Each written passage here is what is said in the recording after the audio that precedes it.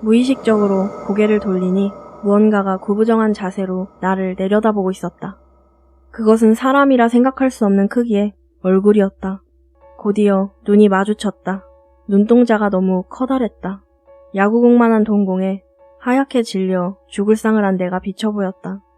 그것은 스르륵 옆으로 사라졌다. 회관 주변을 배회하며 돌아다니는 발소리가 들려왔다. 열려있는 나무 문이 눈에 들어왔다. 나는 겨우 문까지 기어가 잠금 버튼을 누른 후 문에 등을 바짝 붙여 숨을 죽인 채 귀를 기울였다.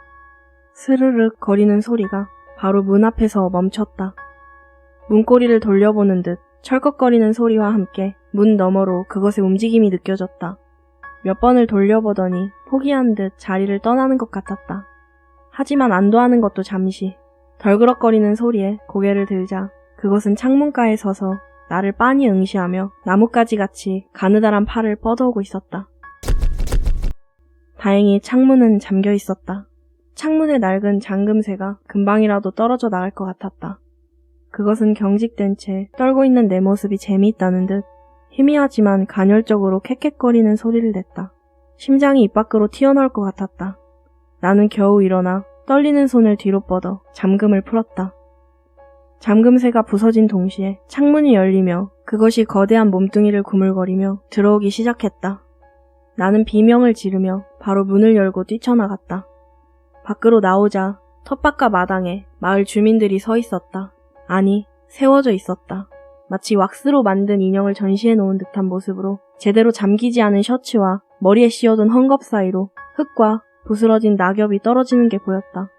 나는 헛구역질이 나오는 걸 간신히 참으며 고개를 돌려 창문에 몸이 끼인 채 구물거리는 그것의 뒷모습을 보았다. 그것은 2미터는 좋게 넘어 보이는 형용할 수 없는 크기와 생김새였다.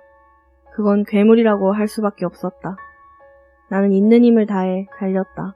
창틀에서 몸을 겨우 빼낸 놈은 목을 쭉 늘어뜨려 고개를 이상한 각도로 꺾은 채 괴이한 울음소리를 내며 내 뒤를 바짝 쫓아오기 시작했다. 가느다랗고 역겨운 긴팔 새쌍이 튀어나와 나를 잡으려는 듯 뻗어왔다. 난 이미 공포에 질려 눈가에 눈물이 고여 흐르기 시작했다. 그 순간 한쪽 발목에 차갑고 축축한 무언가 닿는 게 느껴졌다. 놀란 나는 발을 크게 털어내며 괴물의 팔을 걷어찼다. 오른쪽 신발이 벗겨지며 나뒹구는 게 보였다. 숨이 턱끝까지 차오르고 허벅지가 타는 듯 아파왔다. 곧이어 망할 축사가 보였고 괴물은 축사 너머까지 쫓아오진 못하는 듯 그르륵거리는 거친 숨소리를 내며 멈춰섰다. 하지만 나는 달리는 것을 멈추지 않았다. 길을 무시한 채 시커먼 들판을 내달리자 도로가에 세워둔 차가 보였다. 나는 살았다는 생각에 재빠르게 차에 올라탔다. 황급히 차 문을 잠근 후 눈물 범벅이 되어 뿌얘진 눈가를 거칠게 소매로 닦았다. 핸들에 기댄 채 거친 숨을 몰아쉬며 시동을 걸기 위해 주머니에서 열쇠를 꺼냈다. 하지만 공포심에 떨리는 손에 힘이 들어가질 않았다. 나는 등줄기에 식은땀이 흐르는 게 느껴지며 몸을 약간 낮춰 차창 밖을 주시하며 계속 헛손질을 했다. 겨우 시동이 걸리고 안심한 내가 다시 한번 창밖으로 시선을 돌렸을 때 넓은 들판 한가운데 아이가 서 있었다. 아이는 공허한 눈으로 가만히 나를 응시하고 있었다. 그 모습에 나는 다시 공포에 질릴 수밖에 없었다. 바로 얼굴을 돌려 강하게 엑셀을 밟았다. 차가 오른쪽으로 쏠리는 게 느껴졌다. 터진 바퀴는 알 바 아니었다. 그저 저 공허한 시선에서 벗어나고 싶었다. 나는 핸들을 거칠게 돌렸다. 방향을 틀어 왔던 길로 도망치려고 했지만 얼마 가지 못해 큰 소음과 함께 바퀴가 찢어지며 나는 잡고 있던 핸들을 놓쳐버리고 말았다. 차는 오른쪽으로 꺾여 들어가며 빙글빙글 두어 바퀴를 돌다가 도로를 이탈해 주변에 있던 논두렁으로 그대로 처박혔다. 나는 반사적으로 손을 뻗어 핸들을 잡으려 했지만 그대로 머리를 세게 부딪히며 의식을 잃었다. 눈을 떴을 땐 하얀 천장이 보였고 주변에 누군가 떠드는 소리와 함께 텁텁한 소독약 냄새가 풍겨왔다.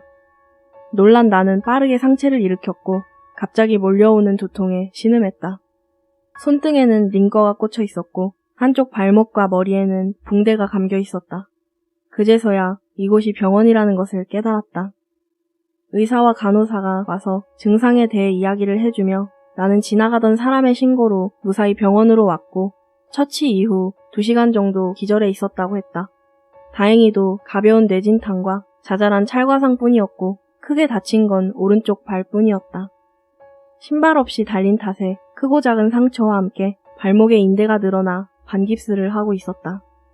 나는 잠이 덜 깬 상태로 병원 전화를 빌려 부모님에게 연락을 한 뒤 링거를 담아준 후 퇴원이 가능하다는 소리에 나는 한숨을 쉬며 옷가지와 지갑을 챙겼다. 그리고 나는 지역 경찰들에게 사건 경위를 조사받게 되었다. 경찰은 약간 난처한 웃음을 띠며 가볍게 질문을 던졌다. 대답을 하려던 나는 몇 시간 전 일을 떠올렸다. 맞아, 마을에 들어갔었어요. 그런데 시체, 그리고 어떤 아이가... 예? 잠시만 일단 진정하시고요. 퇴원하시는 거 맞죠? 경찰의 표정이 순식간에 굳어지며 주변을 살피다 장소를 옮기자고 제안했다. 내가 봤던 괴물에 대해 그대로 이야기했다가는 이상한 사람으로 보일 게 뻔했기에 키가 큰 사람으로 표현할 수밖에 없었다. 그럼에도 경찰들은 믿지 못하겠다는 눈으로 나를 보았지만 덜덜 떨고 있는 내 손을 보고는 알겠다고 답했다. 나는 몇 가지 서류에 사인을 한 뒤 귀가 조치되었다. 며칠 뒤 조사를 위해 몇몇의 경찰들이 마을로 향했고 남성으로 추정되는 오래된 시신항구가 발견되었다는 연락을 받았다.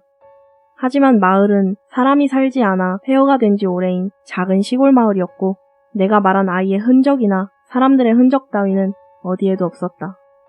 결국 우연히 시신을 목격한 내가 놀라서 도망치다 사고가 났다는 결론을 내렸다.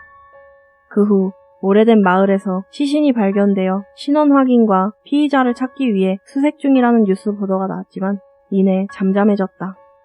나는 회사에 사고가 나서 다쳤다는 연락을 한 뒤 회복을 위해 휴가를 내고 자취방이 아닌 본가에서 잠시 지내고 있었다.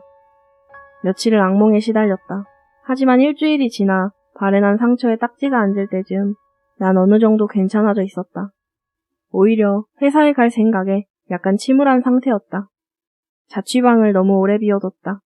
하지만 돌아갔을 때 조용한 공간에서 혼자 덩그러니 있을 걸 상상하니 너무 무서웠다. 나는 며칠간은 친구들을 초대해 자고 가는 식의 일상을 보냈다. 그렇게 2주가 지나 혼자인 생활에 익숙해지고 나는 평소와 같던 일상으로 돌아가 있었다. 하루는 밀린 일들을 처리하고 늦은 저녁이 돼서야 친한 선배와 함께 퇴근을 하며 술자리 겸 저녁을 먹게 되었다. 기분 좋게 취한 상태로 약간 비틀거리며 집에 들어와 불을 켰다. 탁 하며 스위치 누르는 소리가 들리고 확 밝아진 방 한가운데 무언가 놓여 있었다. 뭐지? 의아함에 가까이 다가간 나는 취기가 단번에 가시는 게 느껴졌다. 그건 운동화 한 짝이었다. 잊지 못할 마른 불 특유의 퀴퀴한 냄새와 함께 몇 주 전 기억이 되살아나며 저절로 몸이 떨려온다. 그리고 신발 안에 삐죽 튀어나와 있는 종이 쪽지 하나. 덜덜 떨리는 손으로 쪽지를 꺼내 펼쳐보자마자 나는 집 밖으로 도망칠 수밖에 없었다. 쪽지에는 크레파스를 꾹꾹 눌러 정성스레 적은 듯한 단어 하나만이 적혀 있었다.